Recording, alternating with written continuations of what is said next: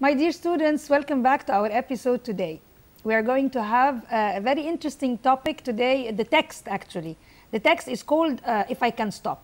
Maybe this is the first time that we are going to deal with a poem, قصيدة شعر ليها طريقة في الكتابة. احنا طبعا متعودين على طريقة الكتابة الشعر وعارفين انه الشعر بالمعتاد ليه sentences verses هنسميها verses وهنعرف بعض المصطلحات وليها rhyming words اللي هي بعض الكلمات القافية زي ما بنقولها باللغة العربية. فهنشوف هل كل البويمز بتتكتب بنفس الطريقه، هل لازم يبقى عندنا وزن معين للبيت زي ما احنا عندنا في اللغه العربيه، ولا ممكن يبقى عندنا شكل تاني للبويم ما يبقاش فيها رايمينج ووردز. هنشوف النهارده a new poem معانا جديده وفيها كمان more exercises to have واكسبريشنز and so on. But first let me please introduce Mr. محمد with us today. Hello Mr. محمد. Hello Ms. Kaaroleen. My dear students, welcome back to our TV Educational English program. Today, this is very interesting episode because it deals with poem. يعني بتتعامل مع القصيدة وقصائد من الشعر الحر. احنا دلوقتي بندرس زي ما خدنا مع يحيى حقي وعرفت انه كتب بوست مان، وزي ما خدنا مع عبد التواب يوسف وعرفت انه كتب My father is an Egyptian teacher، كمان بناخد poem وpoetry، وعشان يبقى بناخد الليتريتشر معظم الانواع المختلفة بتاع الادب بتاعنا. يلا نتعامل مع بعض مع إيميلي ديكنسون If I Can Stop.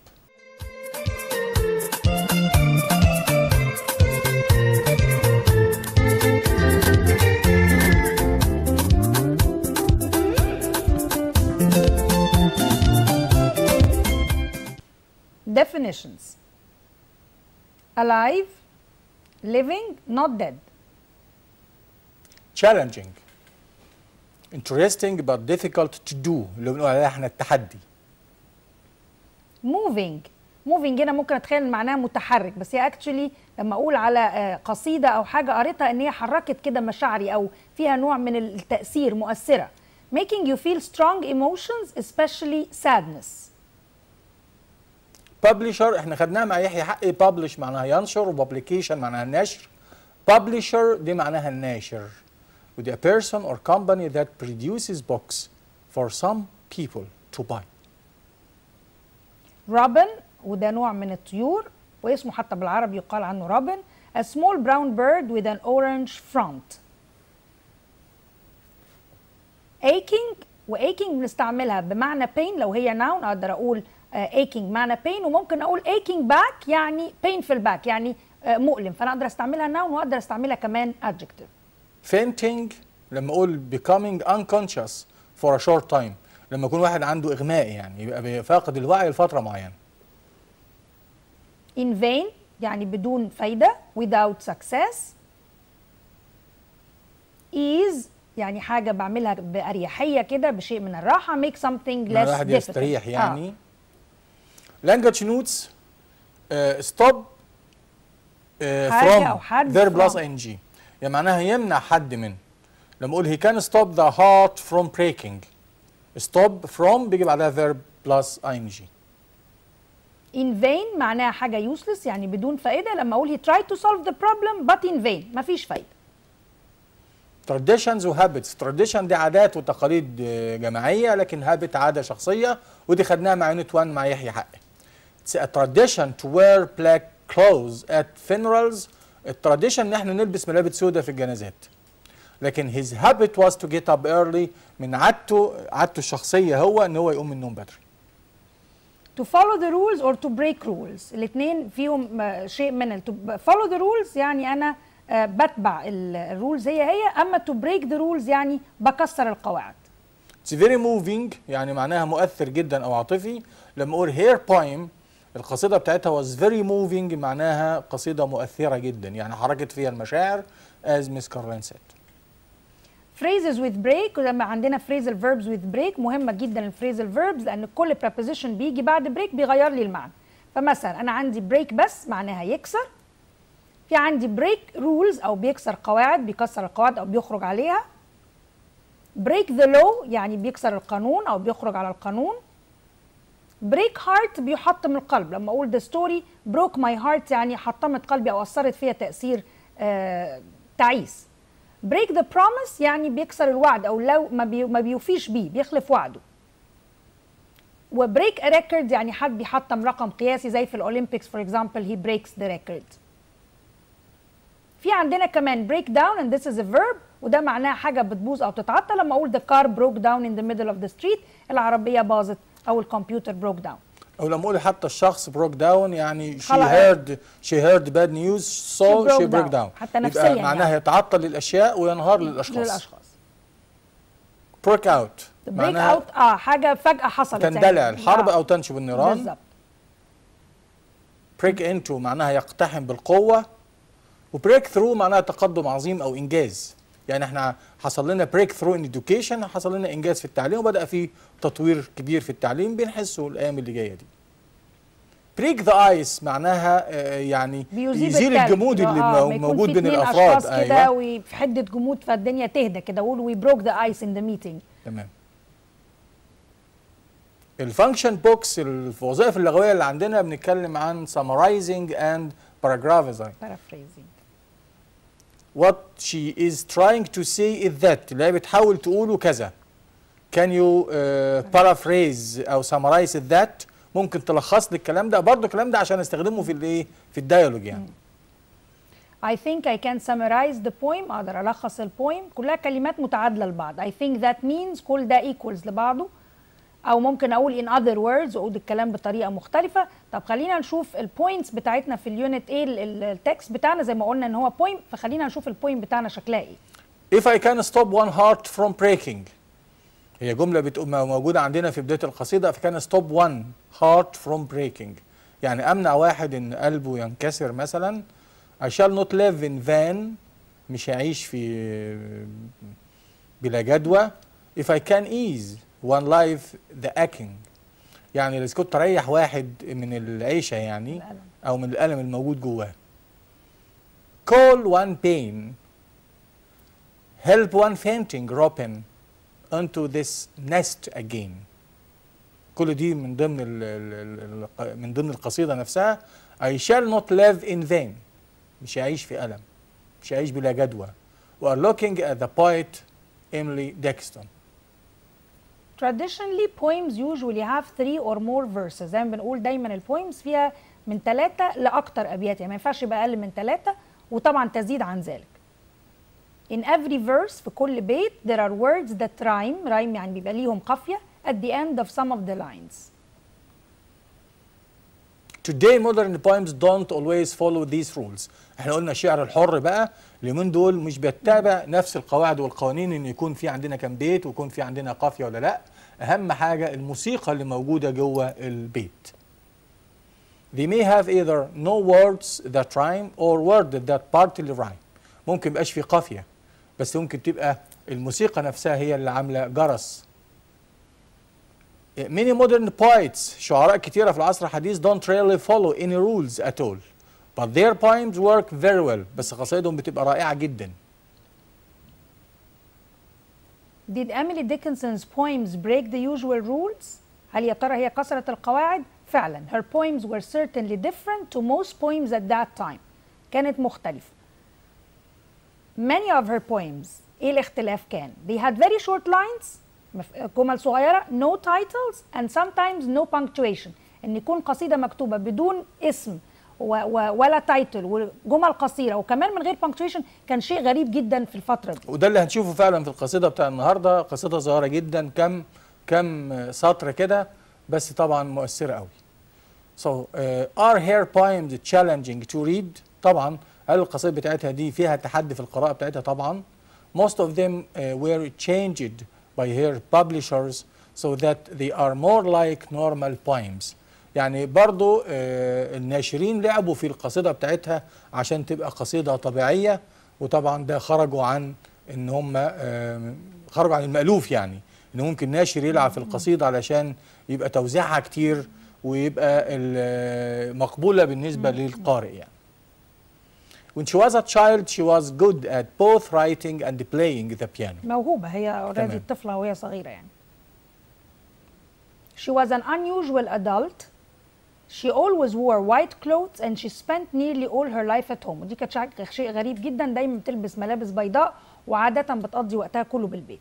She spent about half of her time writing poems and the other half helping with the housework. ده كان كل اللي بيشغلها وهي when she was an adult.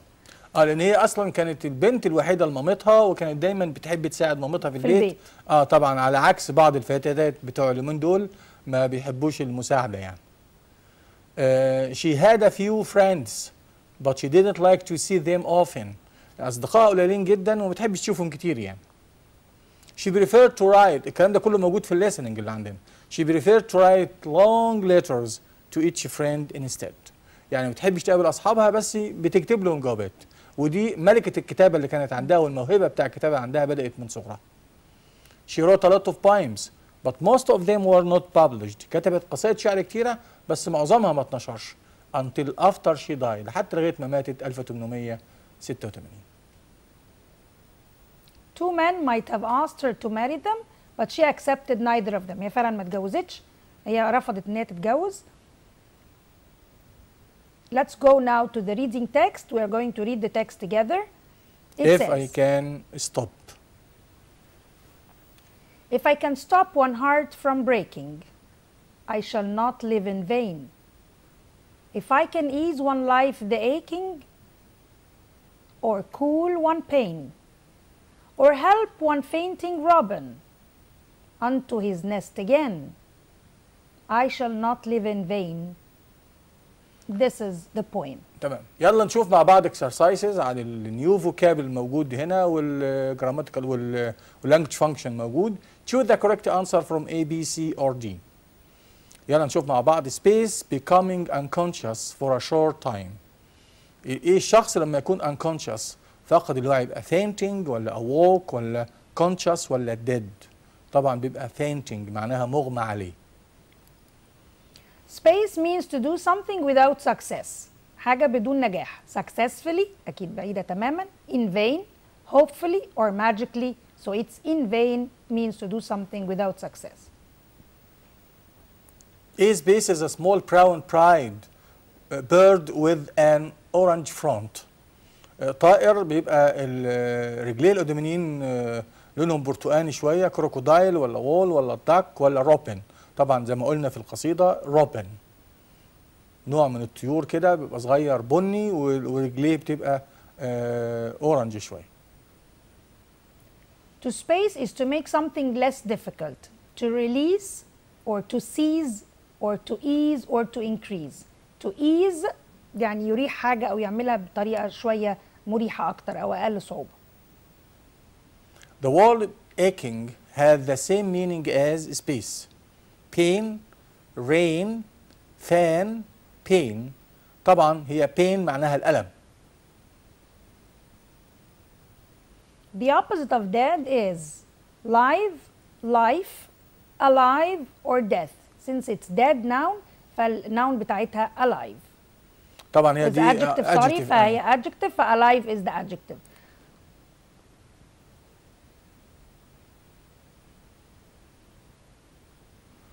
Something that is interesting but difficult to do is. شيء لما يكون شيق جدا بس صعب انك تعمله ده بالنسبه لك تحدي. Changing, challenging, easy, comfortable. الشيء ده بيكون ايه؟ تحدي challenging.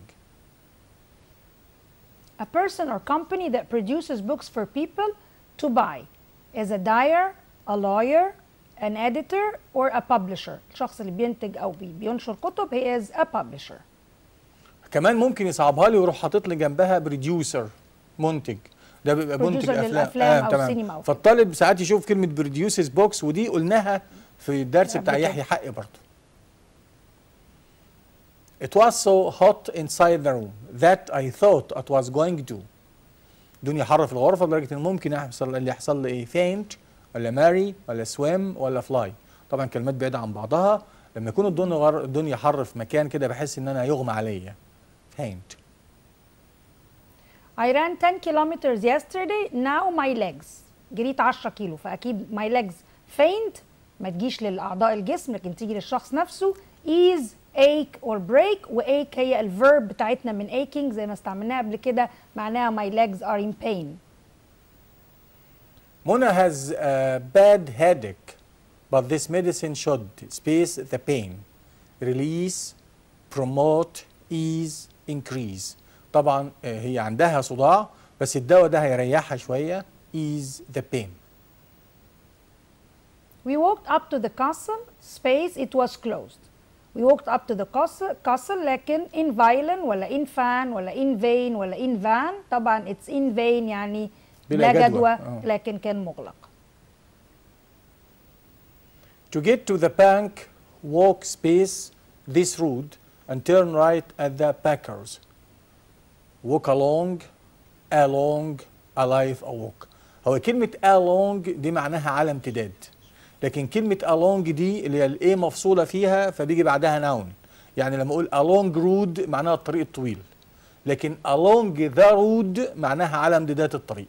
فهنا walk نقط this road. طبعا along this road معناها على امتداد الطريق ده and turn right at the Packers. To break someone's heart means to make someone energetic or happy or hopeful or unhappy. يكسر قلبه يعني فيها شيء من الحزن. But to break someone's heart is to make someone unhappy. She was good at both writing and space the piano. طبعا هي كلمة يعزف في اللغة الإنجليزية مش موجودة كلمة يعزف دي، موجودة كلمة playing. يلعب بيانو، يعني لما ترجمها ما اقولش يلعب بيانو بقى، اقول يعزف على البيانو. ف she was good at both writing and playing the piano. Only space of her poems were published when she was alive. A few, little, a little and few.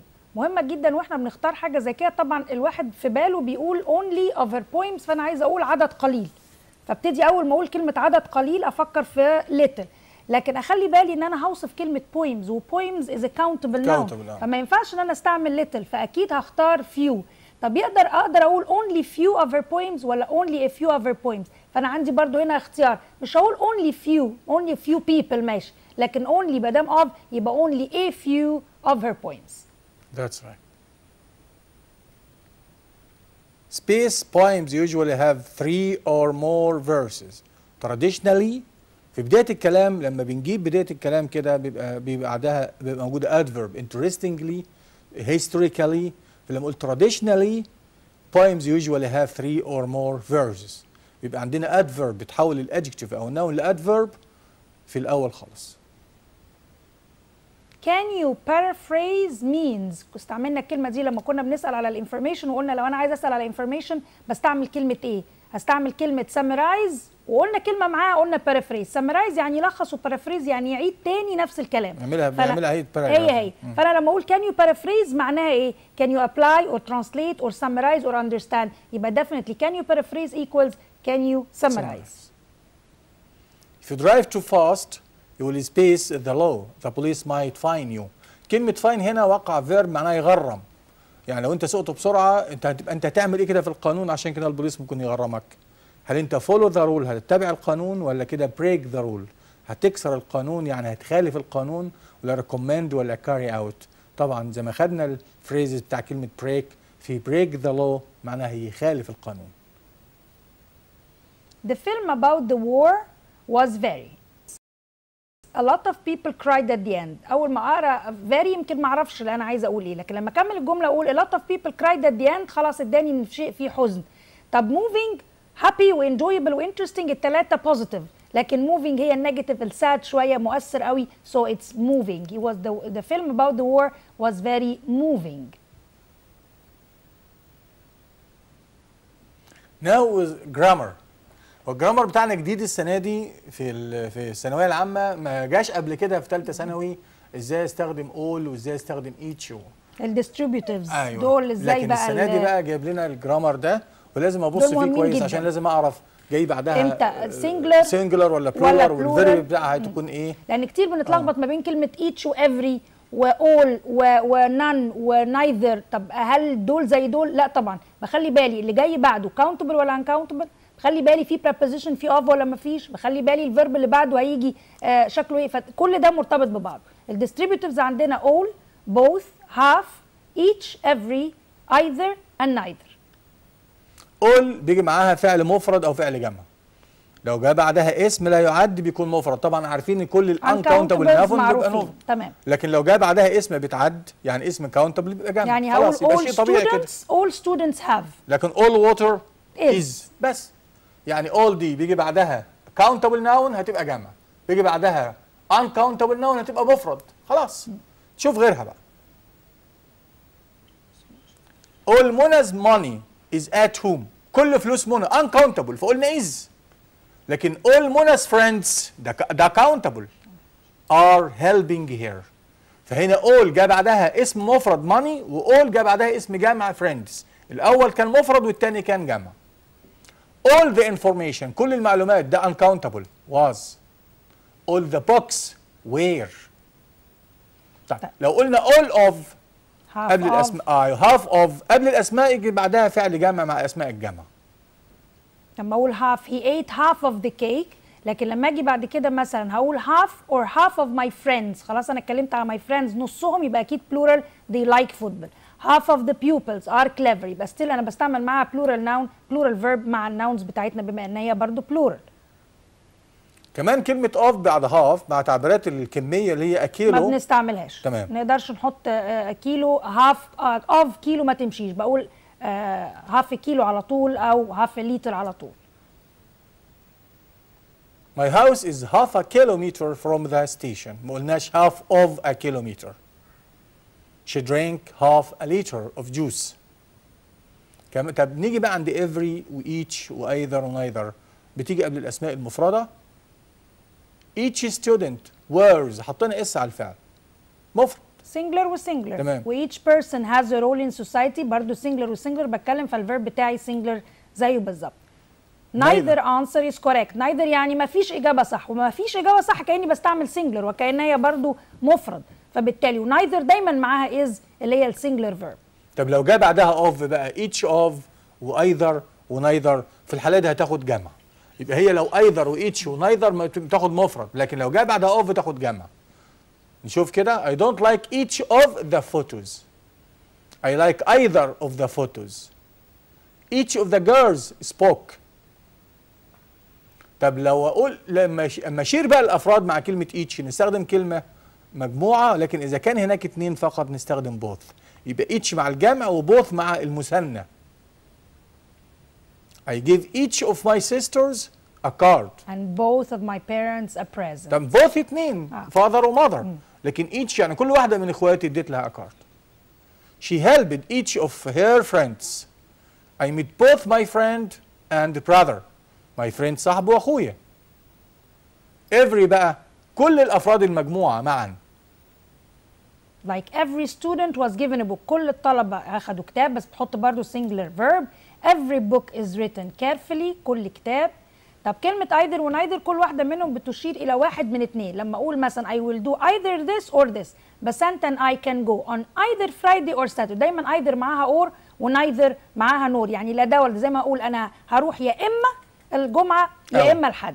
لكن الثانيه لما اقول علي is neither a doctor nor an engineer، لا هو طبيب ولا هو مهندس، بدي صفه النفي في الموضوع. دول محتاجين يتذاكروا كويس جدا. هنقول بعض الاكزامبلز. as well as بقى لما يكون قبلها اسم وبعدها اسم الفعل بيتبع الفعل الاولاني. I as well as علي am a teacher. يعني انا زي علي اكون مدرس، انا بكون مدرس زي علي. لكن لو كنت بدات بعلي هتبقى علي as well as I is a teacher. يبقى as well as بتتبع الفعل الاول، بتيجي بين فاعلين وبتتبع الفعل بتاعي بيتبع الفعل الاول. both I and علي دايما both جمع. neither بقى بتتبع الفعل الثاني. neither I nor علي is ما قلناش، لكن لو ما بحب لو قلت neither علي nor I بقول am. either I or علي is يبقى neither و either. neither is عشان علي بتتبع الفعل الأخير، لكن either بتتبع الفعل إن هو برضه الأخير. طب نشوف exercises. choose the correct answer. all his friends space from respected families. or his friends are from respected families. Each space wears a uniform. Each singular, so each a student, students or students apostrophe, so each student wears a uniform. ما ينفعش نحط أي articles. all the box space translated into her language into other languages. have been هنجيب برضه verb to be هتبقى have been باعتبار ان all her books جمع. half of the cake space eaten by Ali. half of the cake is or are or have or where هي السنجلر الوحيدة. so half of the cake is eaten by Ali. half of the cakes space eaten by Ali. هنا بقت ايه؟ بقى لي cakes يبقى اذا تبقى جامعة دلوقتي. plural. plural. Translate into Arabic. Over years, the Egyptian woman has proved that she had the ability to share the man his responsibility side by side.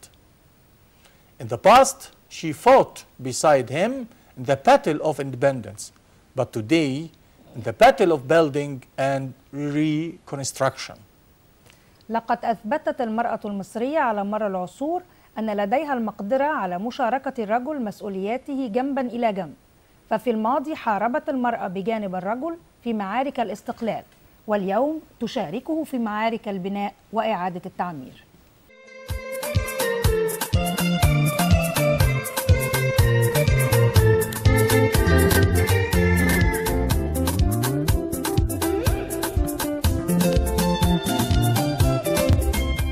My dear students, we come to the end of this episode for today. I was happy to be with you. Thank you and goodbye.